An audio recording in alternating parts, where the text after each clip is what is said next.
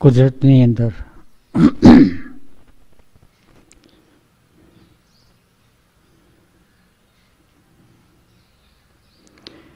જે કંઈ થઈ રહ્યું છે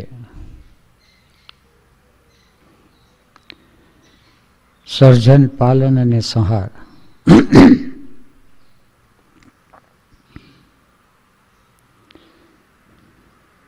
એ નિયમબદ્ધ છે.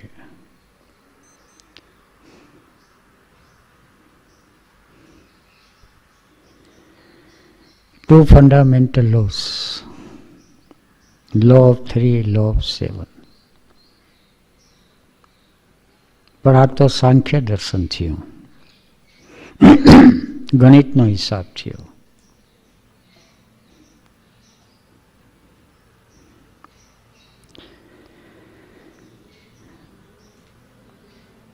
પણ નિયમ વિના વ્યવહાર ચાલતો નથી.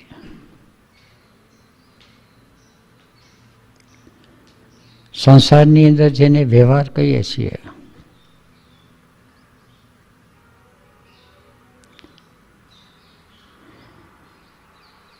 એનો એક નિયમ છે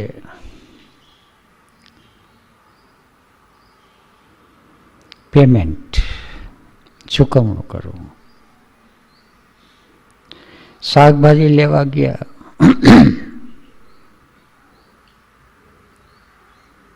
તો ચૂકવણું કરવું પડે છે.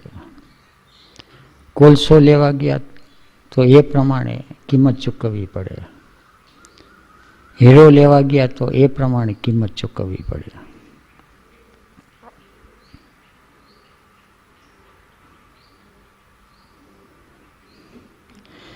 સંસાર વ્યવહારની અંદર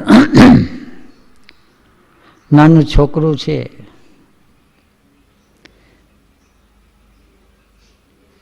એ તો કોઈ દુકાનમાં જાય અને પીપરમીટ ખાવાનું મન થાય, કાં છાની મની લઈ લે, કાં માગી લે.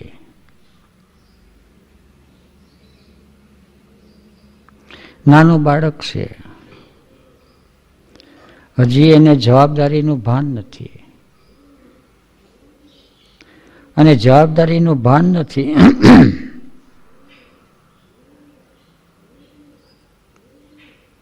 તો એનું જે ફળ મળે છે એ લો ઓફ એક્સિડન્ટમાં હોય. પીપરમીટ દુકાનદારને ભાવ જાગે તો આપે, નહીં તો ના આપે. પેમેન્ટ કરે તો આપે જ. આ નિયમ છે.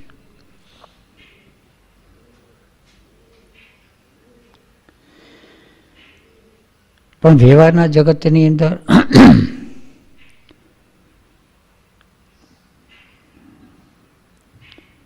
પેમેન્ટની સુવિધા કરી દીધી.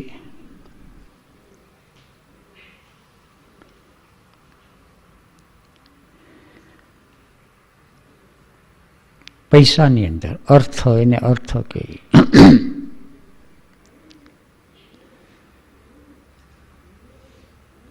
મકાન જોતું હોય તો એનું પેમેન્ટ, ભાડે રાખવું હોય તો એનું પેમેન્ટ, લોજમાં જમવા જવાનું છે તો એનું પેમેન્ટ, અને દરેક ઠેકાણે જે કંઈ પેમેન્ટ થાય એ પૈસામાં થાય.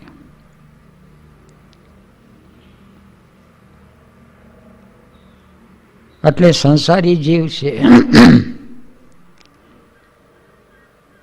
એ પૈસાની પછાડી પાગલ થઈ ગયો. અને માત્ર પાગલ થયું એટલું જ નહીં,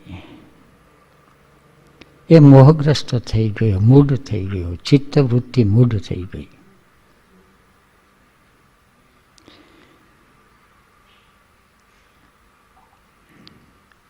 એટલે જ્યાં પૈસાથી પેમેન્ટ થાય એનાથી બધું કંઈ મળી જાય. પૈસાનું પેમેન્ટ કરે એટલે મકાન મિલકત મળે. પૈસાનું પેમેન્ટ કરે તો ભાવ મળે, શક્તિ મળે, જ્ઞાન મળે, વિદ્યા મળે, સ્વતંત્રતા મળે, મુક્તિ મળે, આનંદ મળે. આ પૈસાના પેમેન્ટથી નથી મળતું. પૈસાના પેમેન્ટ, પૈસો માણસે બનાવેલો, કુદરતે બનાવેલું નથી. એટલે માણસે બનાવેલી જે કંઈ વસ્તુ હોય એ વસ્તુને માટે પૈસો બરાબર છે. પણ મૂઢતા અતિશય હોય અને સંસાર વ્યવહારની અંદર મેન નંબર 1, 2 અને 3 એને આ ભાન આવતું જ નથી. ભાન આવ્યા પછી એને ખ્યાલ આવે કે જે પેમેન્ટ કરવાનું છે એ છે 1 પે એટેન્શન, ચિત્તનો. સાધનાની અંદર પૈસાનું પેમેન્ટ નથી ચાલતું. એટેન્શન કેટલું પે કરે છે. અને પેઇંગ એટેન્શન એની અંદર વિવેક. બહાર જે વિવેક છે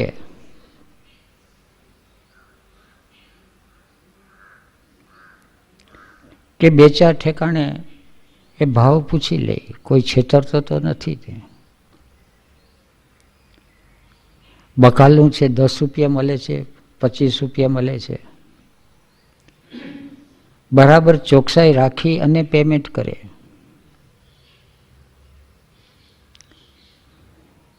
ત્યારે પ્રકૃતિના સાથેના વ્યવહારની અંદર મનુષ્યની અંદર ચોકસાઈ નથી, સાવધાની, અવેરનેસ. પહેલા તો વિવેકનો અભાવ છે,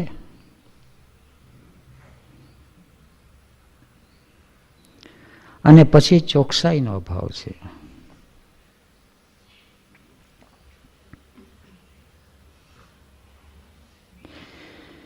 જે ઠેકાણે પેમેન્ટ કરવા જેવું હોય એટલું જ પેમેન્ટ કરે. કોથળો ખરીદવા જવું હોય તો શણનું કાપડ છે, મખમલનું કાપડ હોય તો એની કિંમત વધારે હોય, પિત્તળ હોય એની કિંમત ઓછી હોય, સોનું હોય એની કિંમત વધારે હોય. સંસારી જીવને ખ્યાલ નથી. નાનું છોકરું છે, એને રમકડું ગમી ગયું, પછી એની પાસે જે કંઈ છે એને આપી દે, પેમેન્ટ તો કરે. છોકરાને એટલી ખબર પડે કે કંઈક આપીએ તો સામે મળે છે,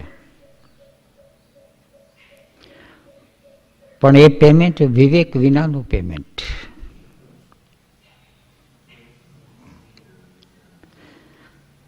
અને પછી દુઃખી થાય.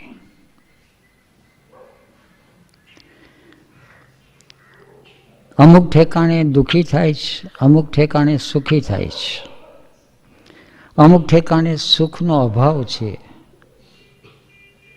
એને દુઃખ માને, અમુક ઠેકાણે દુઃખનો અભાવ છે એને સુખ માને. પણ સંસારી જીવ ગલોટિયા ખાધા કરે, બેહોશી, અવિદ્યા.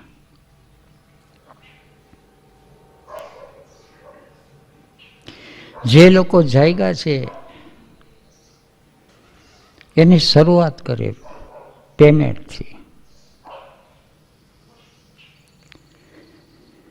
અને જે ઠેકાણે રાઈટ પેમેન્ટ છે, સત્ય ચૂકવણું, ત્યાં એને સુખની પ્રાપ્તિ થાય છે. જે ઠેકાણે ખોટું પેમેન્ટ થઈ ગયું છે ત્યાં એને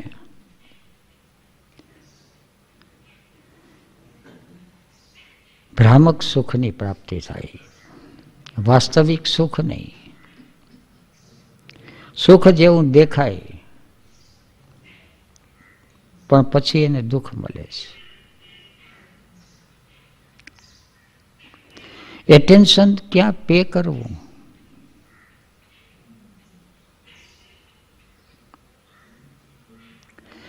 અને પે કર્યા પછી કેટલું ભોગવવું, કઈ રીતે ભોગવવું,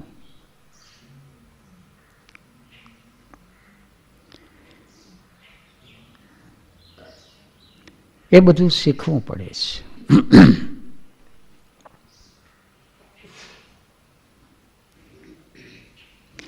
રામદુલારે બાપુ આવ્યા,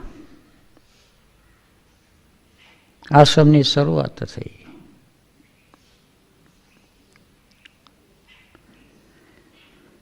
ક્યાંય જવાનું થતું, બહાર ગામમાં આવવા જવાનું થતું, તો બસમાં આવે ને જાય.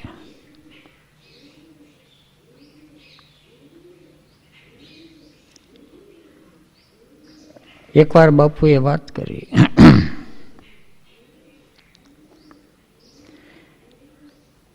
કે જાઓ છો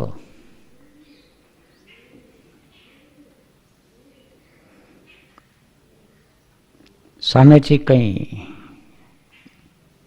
એ લોકો કંઈ પેમેન્ટ કરે છે, એને જે વાત કરી પૈસાની વાત કરી.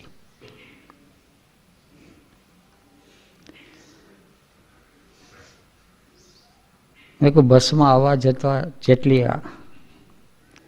કુદરતની દયાથી ખાસ વાંધો નથી,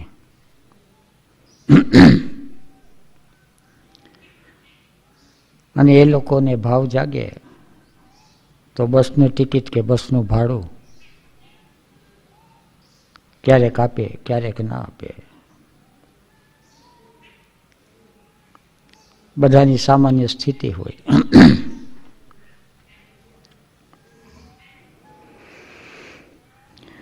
બાપુને એક ભાવ જાગ્યો, મોટર ગાડી લઈ લઈએ. બાપુ કે મોટર ગાડી લઈએ તો કેમ?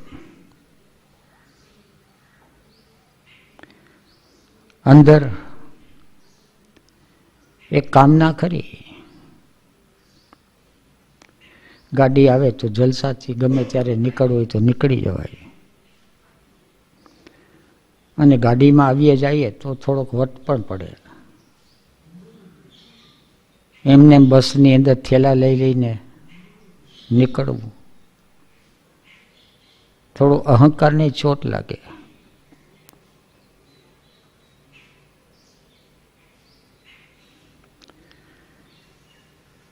બાપુના એક ભક્ત હતા, વ્યવહારિક ભક્ત,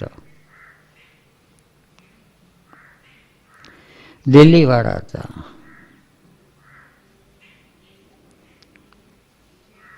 કરોડપતિ હતા, મિલ માલિક હતા.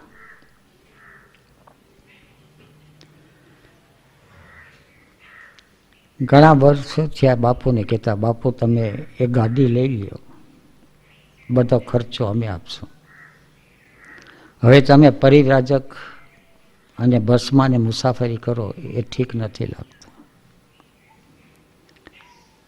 બાપુને જીવનના રહસ્યની ખબર હતી. જેટલા પ્રમાણમાં પેમેન્ટ કરે છે એટલું જીવન સામે આપે છે. એક વ્યવહાર છે પ્રકૃતિનો. 5 સેન્ટરની અંદર એક આંગણામાં છોડ જાતે ઉછેર્યું હોય, છોડને પાણી પાઈ અને એમાં ફૂલ આવે, તો એ છોડ કુંડામાં વાવેલો છોડ છે, એ જીવને સુખ આપશે, બીજા કોઈને નહીં આપે. બીજા કદાચ વખાણ કરી જાય ને કદાચ સલાહ આપી જાય કે આ 12 કરતા ગુલાબ હોય તો સારું લાગે.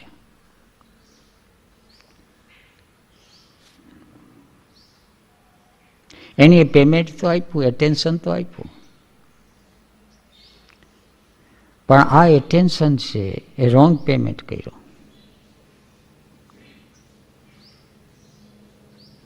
સલાહ આપવાનું એને સુખ લાગે કે કહી દીધું કંઈક, પણ સલાહ ન માને એનું એને દુઃખ લાગે. કારણ કે ઘણા સલાહ આપવાવાળા હોય એને એ ખબર ન હોય કે ગુલાબ શા માટે નથી વાવ્યો ને 12 શા માટે વાવે છે. એને 12 એને ગુલાબના મૂલ્યની ખબર હોય, પણ ઘણા બધા કારણ હોય. સલાહ દેવાવાળાને તો એની કંઈ ખબર જ ન હોય.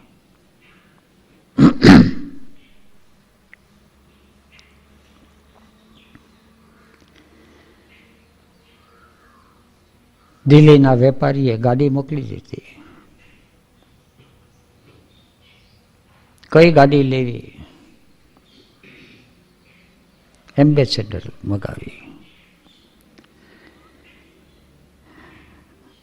મને પૂછ્યું કે કઈ ગાડી લેશું? મેં કહ્યું એ મારો વિષય નથી. આ તો જે ગાડી આવે મને કે આપણે ત્યાં બને છે, એ પરદેશની નથી. અને સ્વદેશી ગાડી તો ઠીક રહી ને. અને બીજો કે એની અંદર ઝાઝા જણા બેસી શકે, અને આપણે કુટુંબ કબીલાવાળા માણસ છીએ. ગાડી આવી,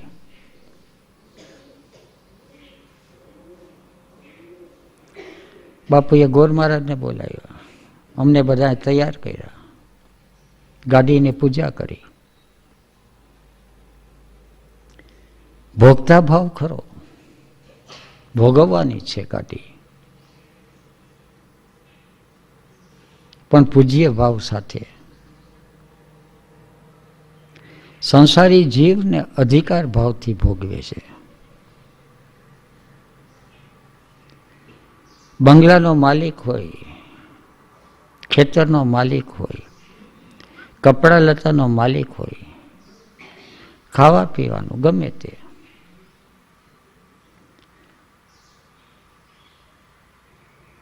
પણ ક્યાંય પણ ભોગવવાનું આવે તો સંસારી જીવની અંદર ઇમોશન સેન્ટરની અંદર અધિકાર ભાવ આવે છે. ઈગો, મને ગમે એ વ્યક્તિને અને ગમે એ વસ્તુને ભોગવવાનો અધિકાર છે. અને જ્યાં અધિકાર આવે છે ત્યાં પૂજ્ય ભાવ ઉડી જાય. નોકર પ્રત્યે પૂજ્ય ભાવ કોને આવે? નોકરને તો ગમે એમ હુકમ ચીંધી દેવાય. નોકર છે એક વ્યવસ્થા છે, ખેત મજૂર છે એક વ્યવસ્થા છે. આશ્રમ બંધાઈ ગયો ત્યારે બધા મજૂરોની પૂજા કરેલી.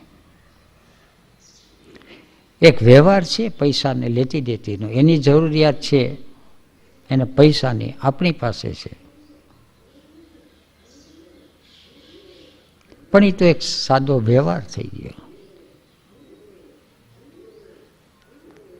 સાધના છે એ તો ભાવને આધારિત છે.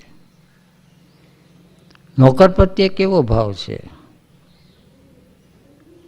આ તો માણસનો છે. સગાવાલા પ્રત્યે કેવો ભાવ છે? પત્ની છે તો એના ઉપર અધિકાર છે, પતિ છે તો એને મારું કહ્યું જ કરવું જોઈએ. અને એ અધિકાર ભાવ વિકૃત થતા થતા તો જાગૃત ચેતના ઉપર પહોંચી જાય કે જે લોકો જાગ્યા છે એ અમારું કહ્યું જ કરવું જોઈએ, અમારા જ વશમાં રહેવું જોઈએ. મૂઢતા આવી ગઈ, અતિશય મૂઢતા, અધિકાર ભાવની. પણ સંસારી જીવ તો બેહોશ છે, એને ખ્યાલ જ નથી. મોટર ગાડીને પૂજા કરી,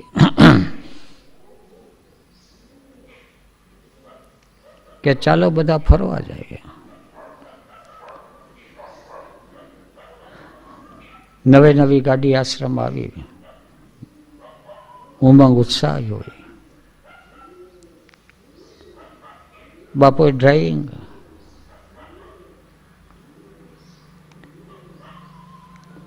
ક્યાંક દરિયાકાંઠા બાજુ, ક્યાંક ફરીએ, બસ સ્મૃતિમાં નથી ક્યાં ગયા હતા.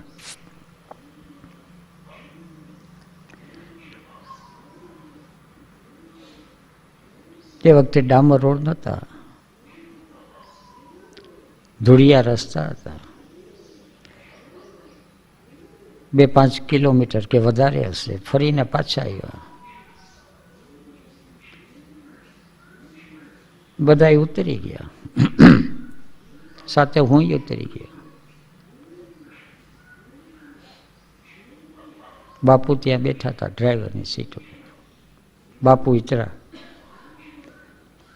મને કે પાણીની ડોલ લઈ આવો.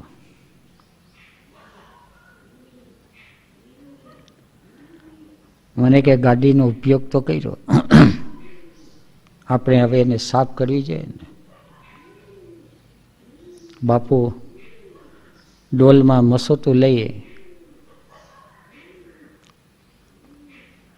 અને સાફ કરવા માંડ્યા. પછી શરમના માર્યા બાપુની સાથે હું સાફ કરવા માંડ્યો, પણ સમજથી નહીં, શરમથી. સમજ તો પછી વિકસી કે પેમેન્ટ તો કરવાનું છે, ફૂલ પેમેન્ટ. જમીન ને ભાણા ગમે ત્યાં હોય તો પ્રકૃતિની અંદર જેવું હતું એવું પ્રકૃતિને પાછું સોંપી દેવું પડે. કન્યાના લગ્ન હોય, માંડવો શણગાર્યો હોય, લગ્ન પૂરા થઈ જાય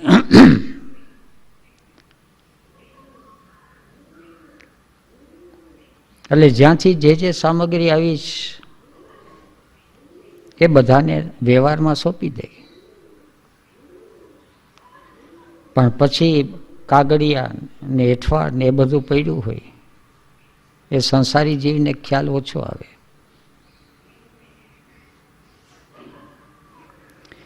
જે પ્રમાણે પ્રકૃતિ હતી, જે અવસ્થામાં રમીને એવી અવસ્થામાં પાછી સોંપી દેવી. ચોખ્ખું મેદાન હતું, ચોખ્ખું મેદાન સોંપી દેવું.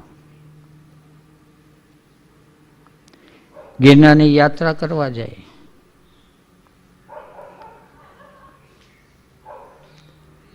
પાછળથી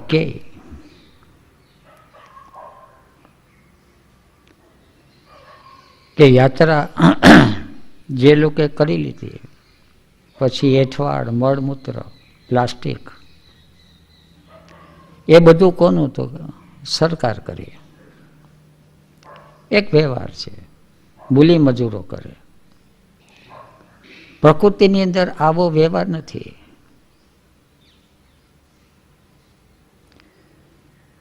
પ્રકૃતિ આયોજન કરી જ લે છે એની મેળે. નાસ્તો પાણી કરવા જાય તો જે કંઈ કાગળના ડૂચા કે જેમાં જે કંઈ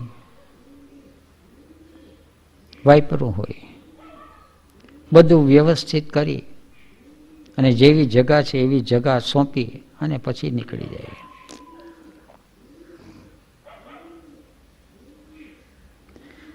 બાપુ હતા શરીરમાં, એટલે ઘણા દર્શને આવે એટલે મીઠાઈના બોક્સ ધરાવે. બાપુએ ભાગ્યે જ પોતે મીઠાઈ ખાધી હોય. રમીલા આપે ત્યારે ખાય. પોતાની મેળે ક્યારેય ન ખાય. એક વાર મીઠાઈનું બોક્સ આવ્યું.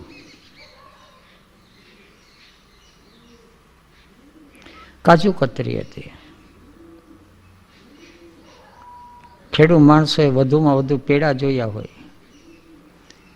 કાજુ કતરી મીઠાઈવાળાની દુકાને જોઈ હોય. ઘરમાં તો થોડીક મુશ્કેલી પડે. કોઈ બોક્સ ધરી ગયો અને મન થયું, પણ થોડોક અહંકાર હતો. એમને એમ તો મગાઈ નહીં, બાપુ આપે તો લઈ લઈએ. બાપુને કદાચ ખ્યાલ પડી જતો હતો. બોક્સ રાખ્યું. સામે કૂતરો આવ્યો. તે કતરી છે એ કૂતરાને આપી દીધી.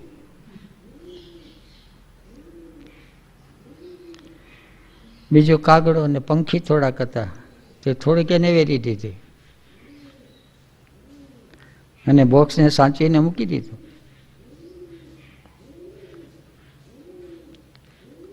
એ સફરિંગમાંથી જે જીવ પસાર થયો છે અત્યારે યાદ છે.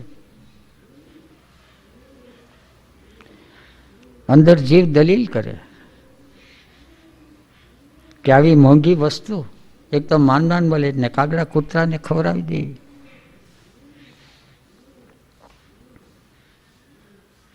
એને કાગડા કૂતરાને ખવડાવવાનું લક્ષ્ય નહોતું. લક્ષ્ય મારી ભીતર ભોગવવાનો અધિકાર ભાવ હતો.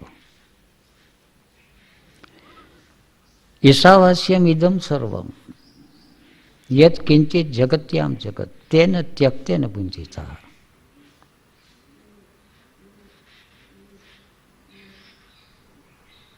તેન ત્યક્તેન ભુંજિતા.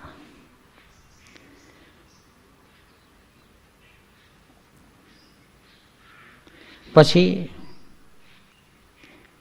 ને રમીલાને આપી દીધું કે બપોરે ભગવાનને ભોજનની અંદર આપજો, એમ કરી બોક્સ ત્યાં આપી દીધું. મળ્યું તો ખરું, ખાવા મળ્યું, પણ ખાવાનો સ્વાદ મળે એના કરતાં પણ વધુ ગેરી જે સમજ મળી જીવન પ્રત્યેની.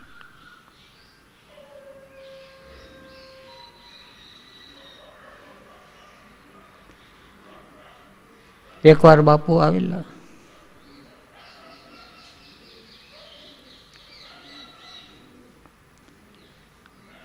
એ ક્યાંય ને ક્યાંય પરિવ્રાજક એટલે ક્યાંક આવું જવું એને થતું જ.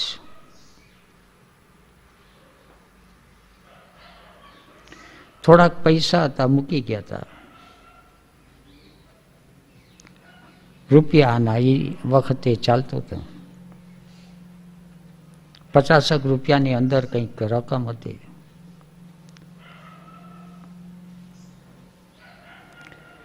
બાપુ મૂકી ગયા. 2-4 દી પછી પાછા આવ્યા.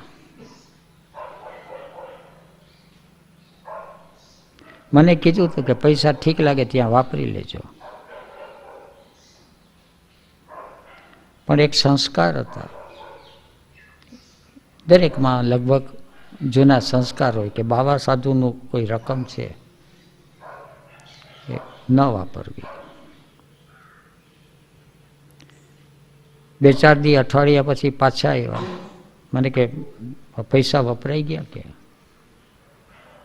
મેં કહું ના બાપુ, એક બાજુ રાખી દીધા છે, પડ્યા છે એમને. મને કે ઠીક, ક્યાંય વાપરી લે કંઈ. મેં કહું બાપુ હું આપી દઉં તમને જોતા હોય તો, વિશેષ ક્યાંય જવું હોય તો એ પ્રમાણે.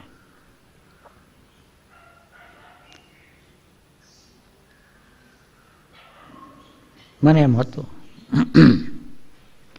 કે બિચારા બાપુ છે ને કંઈક આર્થિક ભીડ આવતી હોય, તો આપણાથી બને એટલી મદદ કરીએ. પોરબંદરમાં એકવાર એક મિત્રે ત્યાં મહેમાનગતિ થઈ હતી.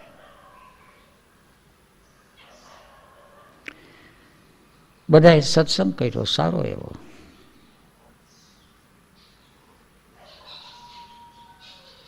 બધા પૈસે પાત્રે સુખી હતા. પછી માધવપુર જવાનું પોરબંદરથી ટાણું થઈ ગયું. બધા વિચાર કરવા માંડ્યા કે સત્સંગની અંદર સમય તો વધારે વીતી ગયો, માધવપુર જાઉં કઈ રીતે જાઉં. અંદરો અંદર થોડીક બધાને શરમ લાગી. બાપુ ખેલ જોયા કરે.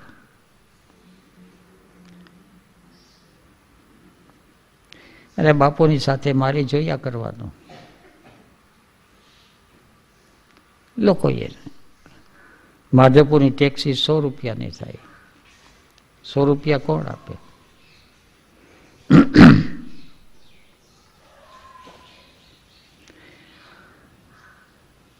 ચાર પાંચ મિત્રો હતા જે થોડાક સમજુ હતા ને થોડોક જીવ છે એ ખુલ્લો હતો. કેમ કરીએ 25 રૂપિયા બધા વેચી લઈએ. વેપારિક, કોઈને આકરું ન લાગે.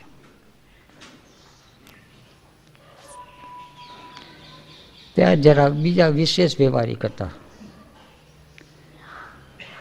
કે ટેક્સી ભાડાની એવી કોઈ આવશ્યકતા નથી, બસ રિઝર્વ સીટ કરાવી લે તો કે એ બરાબર છે, હજી સમય છે. 2-4 જણને મોકલા બસને રિઝર્વેશન માટે. 2 જણા ગયા.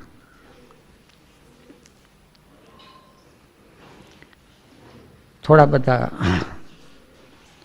પ્રશ્નોત્તરી, સત્સંગ બધો પૂરો થયો. કહેવાતો સત્સંગ. બસ સ્ટેન્ડે ગયા. ભીડ સખત, બાકડા પર બેઠા. મને એમ થયું કે આ ભીડમાં બાપુને ક્યાં લઈ જવા. બાપુને વાત કરી કે બાપુ ટેક્સી કરી લેશું, વાંધો નથી. મને કે માધવપુર કેટલું થાય?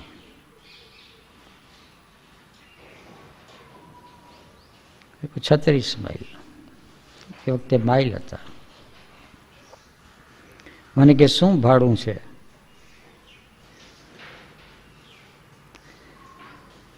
₹3.5 રૂપિયા. મને કે 3.5 રૂપિયામાં ઊભા જવાની મજા કેટલી આવે?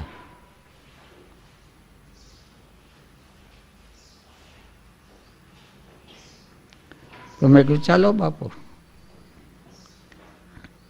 આમે ભીડની બહુ સમસ્યા નથી રહેતી. બાપુ તો ભીડમાં ઘૂસ્યા ને. બાપુનું તો શરીરે લોટકું શરીર હતું. એ આગળ ને હું પછવાડે.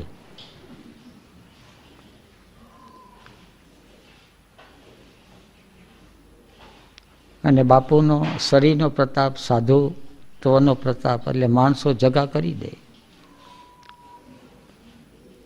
ત્યાં ઊભી ગયા ભીડમાં. ત્યાં તો જે સીટ રિઝર્વ કરવાવાળા હતા એ તો રાડે કરવા માંડ્યા. તમે ક્યારના જોઈએ છે પણ તમે ક્યાંય દેખાતા નથી. અહીં તમારી સીટ રાખી છે.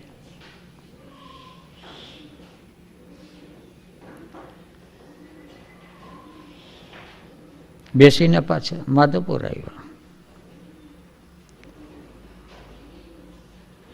પણ ગમે તેવી ભીડ હોય, આર્થિક ભીડ હોય, નાણાં ભીડ હોય, માણસોની ભીડ હોય, પણ ભીડની ફરિયાદ નહીં. ભીડની એક મોજ લેવી.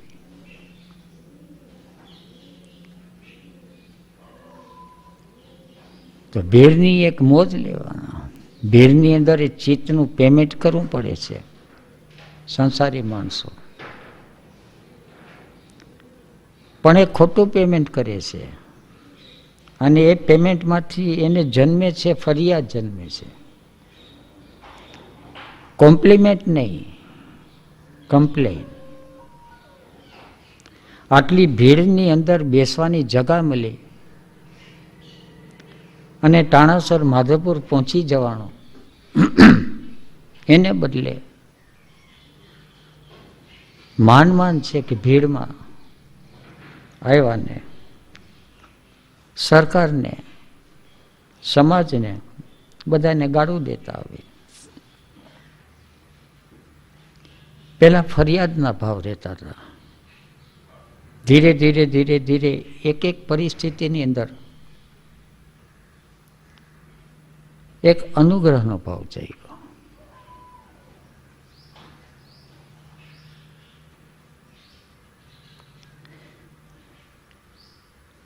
સામાન્ય રીતે પેમેન્ટ કર્યા સિવાયની સુખ ભોગવવાની વૃત્તિ છે. એ વૃત્તિ જ માણસને હેરાન કરે છે. પ્રકૃતિ તો પ્રકૃતિ છે, નિયમબદ્ધ છે. થિંકિંગ સેન્ટરમાં જેટલું પેમેન્ટ કરે છે એટલું પ્રકૃતિ તરફથી એને જ્ઞાન આપી દે છે. મનુષ્યને તો સીધું જ્ઞાન જોઈએ છે.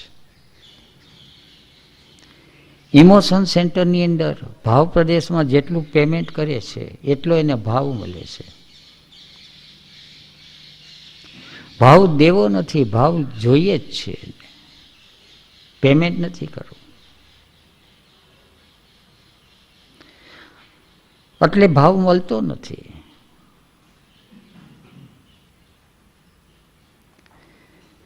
ઇન્સ્ટિંક્ટ સેન્ટરની અંદર શબ્દ, સ્પર્શ, રૂપ, રસ અને ગંધ, સંગીતની અંદર પેમેન્ટ કરે તો સંગીતનું સુખ મળે, સંગીતનું જ્ઞાન મળે.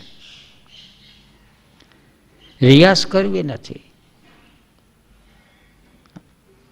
અને સંગીતનું સુખ લેવું છે તો એ સુખ મળતું નથી, ભ્રામક છે.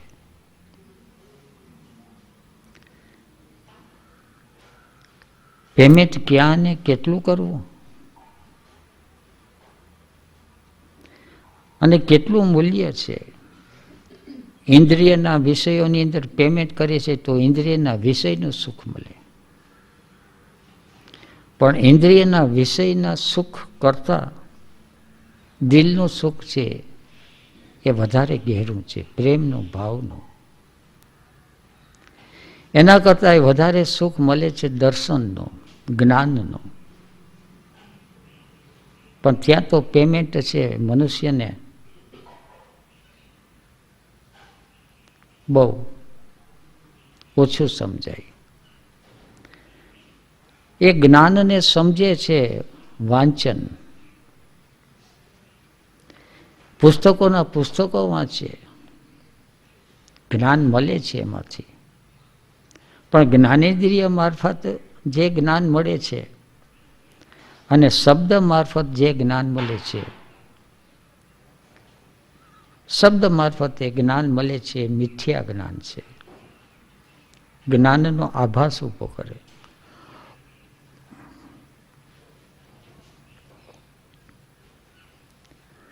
ઇન્દ્રિય મારફતે જે જ્ઞાન મળે છે એને પ્રત્યય કીધું. પ્રત્યયનો એક અર્થ જ્ઞાન થાય. દિલ મારફતે જે જ્ઞાન મળે છે, જે પ્રતીતિ થાય છે, અને પછી હાયર થિંકિંગ સેન્ટર, ત્યાં જે જ્ઞાન મળે છે એને પ્રજ્ઞા કહે. પ્રજ્ઞા થાય ત્યારે એને, પ્રજ્ઞાનો સ્ફોટ થાય ત્યારે દર્શન થાય છે. એ પેલા દર્શન નથી થતા, એને દાર્શનિક કહે. પ્રકૃતિના એક એક નિયમો છે એને દેખાતા આવે, બધા નિયમો. અને એમાં જે દેખાય છે આ પેમેન્ટનો નિયમ અને પ્રકૃતિનો વ્યવહાર છે. જે પેમેન્ટ કરે છે, એક બી વાવે છે તો 1000 બી એને મળે છે. પણ ત્યાં પછી બીજો નિયમ કામ કરે છે. એક આંબાનું ઝાડ ખેડૂતે વાવ્યો, તો એની અંદરથી વર્ષો સુધી એને કેરીઓ ઉતરા કરે. પણ વ્યવહારિક માણસ છે કે ગોટલો મેં વાવ્યો, એ આંબો મારો છે, અને એ આંબાની જેટલી કેરી ઉતરે એ બધી કેરી ઉપર અધિકાર મારો છે.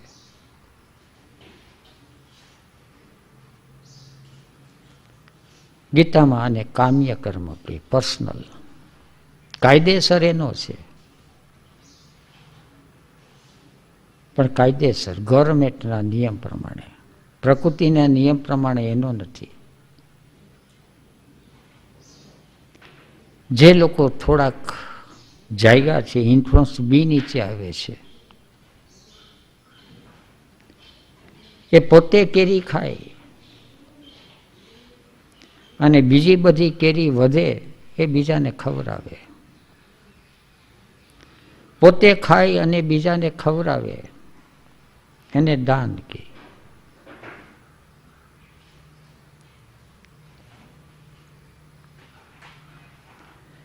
પણ પોતે પણ ન ખાય અને બધું છે બીજાને ખવડાવી દે, એને આહુતિ કહે. યજ્ઞ કર્મ, સેક્રિફાઈસ. બાપુનું જીવન હતું એ યજ્ઞ કર્મ હતું. એક એક ક્ષેત્રની અંદર એની સ્થિતિ થઈ ગઈ હતી. માધવપુર આવવાનું કોઈ પ્રયોજન નહોતું, એને કોઈ આશ્રમ સ્થાપવાની કોઈ કામના કે ઈચ્છા હતી એવું નહીં.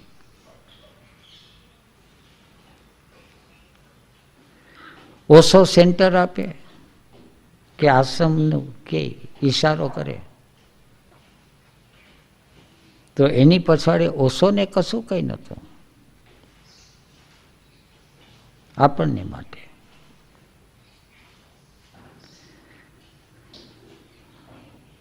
અને એ જગાડે આપણને કે જીવન છે એ યજ્ઞ કર્મ છે. યજ્ઞ કર્મ એટલે એની અંદર આહુતિ આપવાની. ગીતાની અંદર હોય, અપાને જોવતી પ્રાણમ. ખોરાક ખાય છે તો અંદર પેટની અંદર વૈશ્વાનર, અહમ વૈશ્વાનરો ભૂતવા પ્રાણીના દેહમાં આશ્રિત. અગ્નિ છે એણે ઉત્પન્ન કર્યો છે અને આ ભોજન છે એ આહુતિ રૂપે એની અંદર આપું છું. અને ભોજનમાંથી જે શક્તિ ઉત્પન્ન થશે એ પ્રકૃતિનો નિયમ છે. તો એ શક્તિને ભોગવવાનો મારો અધિકાર નથી. હું અને મારું છે એના મૂળિયા બહુ ઊંડા છે. આ દેહ છે એ તો મારો દેહ છે. મારા દેહને કોણ હાથ અડાડે? મારો દેહ મને ફાવે ત્યાં હું વાપરું.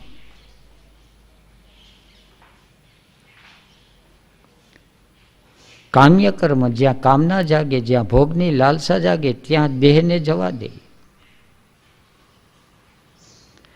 અને જ્યાં યજ્ઞ કર્મ આવે ત્યાં દેહ અને દેહની શક્તિને રોકી રાખે. વિવેક તો હોય નહીં, ભાન તો હોય નહીં કે પેમેન્ટ ક્યાં કરવાનું છે. સેવા કાર્ય થતું હોય, યજ્ઞ કર્મ થતું હોય તો ત્યાં દેહને પૂરેપૂરો એનું પેમેન્ટ કરે. પણ બેહોશી છે. આપણી કામનાની પૂર્તિ થતી હોય તો ત્યાં દેહની શક્તિને પૂરો ઉપયોગ કરીએ. પૈસા કમાવા છે તો દિવસમાં તો કરીએ, રાત પારી કરીએ. પૈસો ભેગો કરવો છે. અને પૈસો ભેગો શા માટે કરવો છે? તો કામ્ય કર્મ, વધારે ભોગ ભોગવવા. એકવાર બાપુ આવ્યા, એક પટ્ટો રાખતા, કમર પટ્ટો.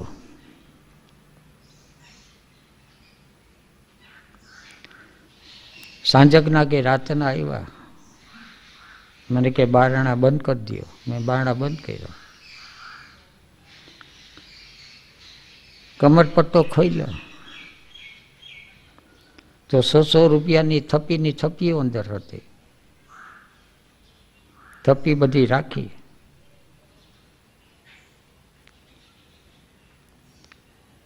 હિસાબ કરવા જેટલું મગજ છે એ સ્તબ્ધ થઈ ગયું.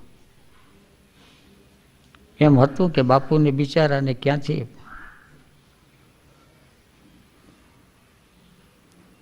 આટલા બધો ઢગલો જઈએ. મને કે અંતરિયાળ આપણું ઘર છે, આ બધું જોખમ છે, એટલે બધું પટ્ટામાં સરખું કરી અને તમે કે સાચવીને મૂકી દો. બાપુ નિરાતે સુઈ ગયા, નીંદર મારી ઉડી ગઈ.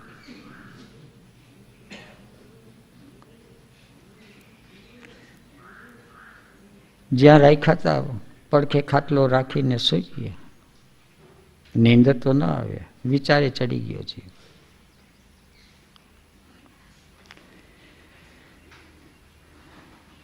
સવારના પૂછ્યું, બાપુ આ બધું પૈસાનું શું કરવું છે? બાપુ કે અત્યારે જવું છે, શિયાળાની ઋતુ છે, ગિરનારમાં બધા સાધુઓ છે એ ધાબરા વિનાના છે.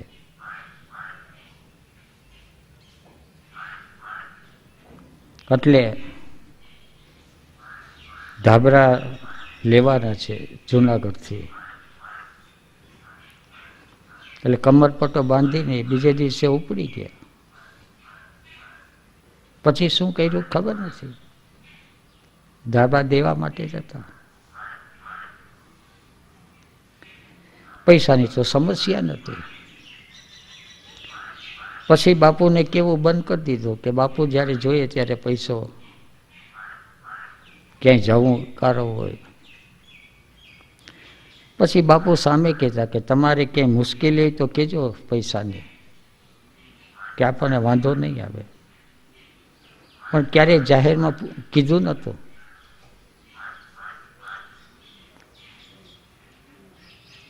મુશ્કેલી આવે તો મનોમન એમ થાય કે હવે કેમ પાર કરવી, પણ પાર થઈ જતી. મોટર ગાડી આવી એટલે કે ચાલો ફરવા, કે દ્વારકા જઈ આવે.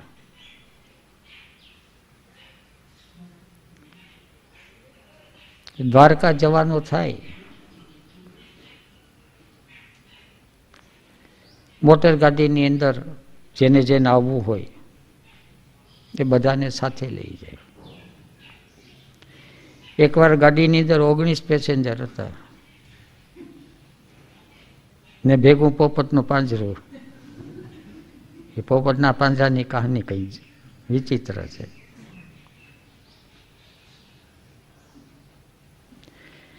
રમીલા પાસે મોહનથાળ ને ગાંઠિયા કરાવે, અને જે છાપા આવે જૂના છાપાના કટકા કરાવી પડીકા બાંધી દે. અને જૂના ડબ્બા હતા, પેલા તેલના ડબ્બાઓ એ પડ્યા હોય એમાંથી કરાવીને પડીકા અંદર રાખી દે. રસ્તે ચાલ્યા જાય. ગણેશ ચારા પછી આગળ જાય, ગાડી ઊભી રખાવે, અને કોક ચાલ્યો જતો હોય તેને મોથાને ગાંઠિયાનું પડીકું આપી દે. મને કે આ લોકો છે એ બધા પરિવ્રાજક છે. એ કુદરતને ભરોસે નીકળી પડ્યા હોય. બાપુએ પોતે પરિવ્રાજક રીતે યાત્રા કરેલી એટલે એને ખ્યાલ આવે. એવા કેટલાય જીવો છે કે નીકળી પડ્યા હોય.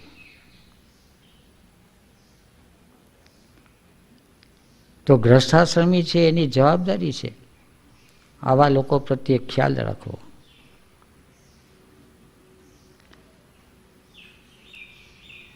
એટલે મોટર ગાડી ચાલી જતી હોય, કોઈ એવું લાગે એટલે ગાડી ઊભી રાખે અને પડીકો આપી દે, અને પડીકો આપ્યા પછી થેન્ક યુ કે મેં આપ્યું, એ કોઈ પણ ભાવ કે કોઈ પણ આશા કે કોઈ પણ અપેક્ષા નહીં, જસ્ટ એક ભાવ જાગ્યો, એક જવાબદારી હતી અને આપી દીધું, અને યાત્રા ચાલુ રહી. અધિકાર ભાવ તો નીકળી ગયો, મેં દાન આપ્યું છે એવો પણ ભાવ નહીં, અને પછી જે બાકી રહે છે એને આહુતિ કહી. Sacrifice, Joy of sacrifice. બાપુ આવ્યા પછી કામ્ય કર્મ ધીરે ધીરે ધીરે ઘસાવા માંડ્યું, દાનની વૃત્તિ વધવા માંડી. પછી દાનની વૃત્તિ છે એ પણ થોડી થોડી થોડી શાંત થવા માંડી. દાનની અંદર થોડોક અહમ છે, રસ લઈ લે. આશ્રમ છે તો આશ્રમમાં મારે પણ કંઈક કરવું જોઈએ, મારે આ પ્રકારે આશ્રમ બાંધવો છે, મારે આ પ્રમાણે બાંધવો છે. પણ આશ્રમની અંદર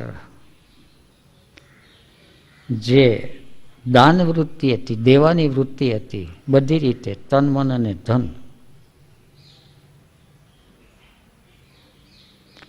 એમાંથી આહુતિ કર્મ એ બાપુના શરીર છૂટ્યા પછી શરૂ થઈ ગયું, વિશેષ પછી.